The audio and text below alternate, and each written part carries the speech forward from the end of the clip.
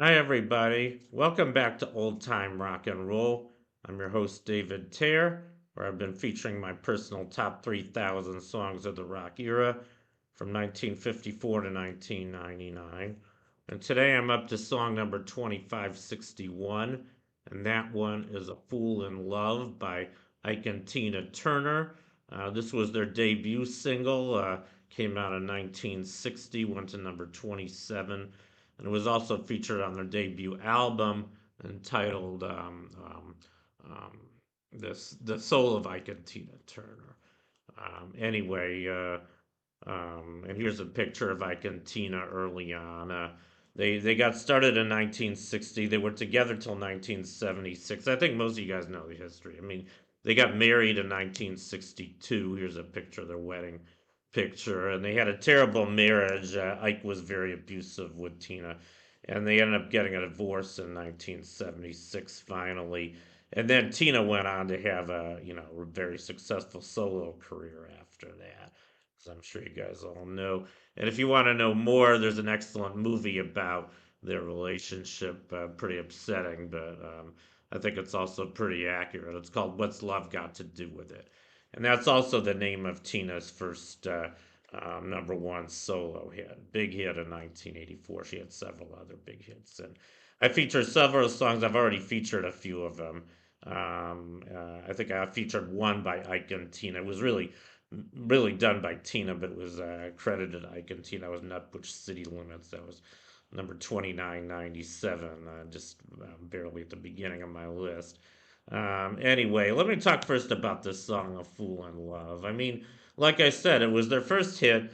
Pretty simple, kind of teen love song of the time. I mean, it sounds a lot like a lot of the soul songs that were coming out at that time. By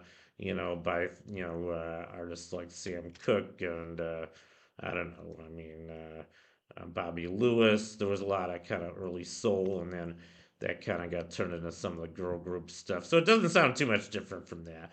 Although you can really pick out Tina's voice in this song. I mean, she had an amazing voice, even when she was young. And I think she did win a big contest. That's how she was able to perform with Ike. It was for winning a music contest. I mean, she really outshined everybody else. That's also featured in the movie. But so I think that's pretty much all I have to say about this song. It's a good catchy song. But now I want to talk about Ike and Tina. I guess I'll go to this picture here. Like I said, they had a very abusive relationship, unfortunately. Very dramatic too. I think Ike had a couple kids from a previous marriage that didn't go well either. He was already divorced, and Tina had to take custody of a couple more kids. I think they had a couple kids of their own. I mean, enough about them. I just want to talk about their hits now. So they had quite a few hits as a duo. The first was the one I'm featuring today, "A Fool in Love," that went to number 27. That was followed later that year by "I Idolize You," which went to 82. In 1961, they had "It's Gonna Work Out Fine," which went to number 14, and "Poor Fool," which went to 38. In 1962, they had "Tra La La La," which went to 50, and "You Should Have Treated Me Right," which went to 89. In 1964, they had "I Can't Believe What You Say for Seeing What You Do," which went to 95. In 1966, they had, I think, a really excellent song of theirs called "River Deep Mountain High." I think it's probably my favorite of theirs as a duo. Uh, but that only went to number 88. I was really surprised when I learned this. I think this was their greatest hit as a duo. You might not agree. This one's coming up much, much higher on my list. I'm not going to say how high. But it only went to number 88 pop, which I think was very unfortunate. 1969, they had "I'm Gonna Do All I Can," do right by my man, which went to 98. And they had, I guess 69 was kind of a banner year for them. They had several hits, so they were minor hits. They also had "I've Been Loving You Too Long," which went to 68. "The Hunter," which went to 93. "Bold Soul Sister," which went to 69. And I guess a cover of the Beatles song "Come Together," which went to 57.